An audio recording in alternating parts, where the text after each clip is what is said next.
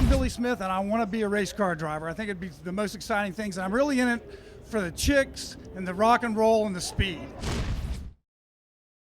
I have one daughter. She's 16 now.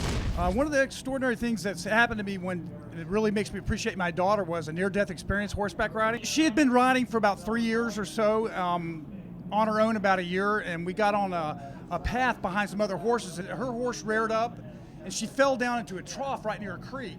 And the horse fell also, and he was kicking, and I was kicking the horse, hitting the horse, because he was kicking right at her, and it barely missed her head. And then as he got up, it drug her into the creek. I grabbed her up and ran back to the barn, hysterical, and she's like, "Dad, I'm fine, I'm fine." About a year later, she says, "Dad, we haven't been back to the ranch.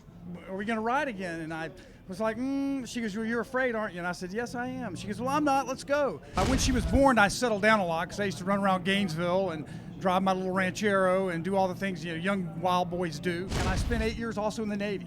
I was a Navy submariner. We were underwater 2.5 months at a time.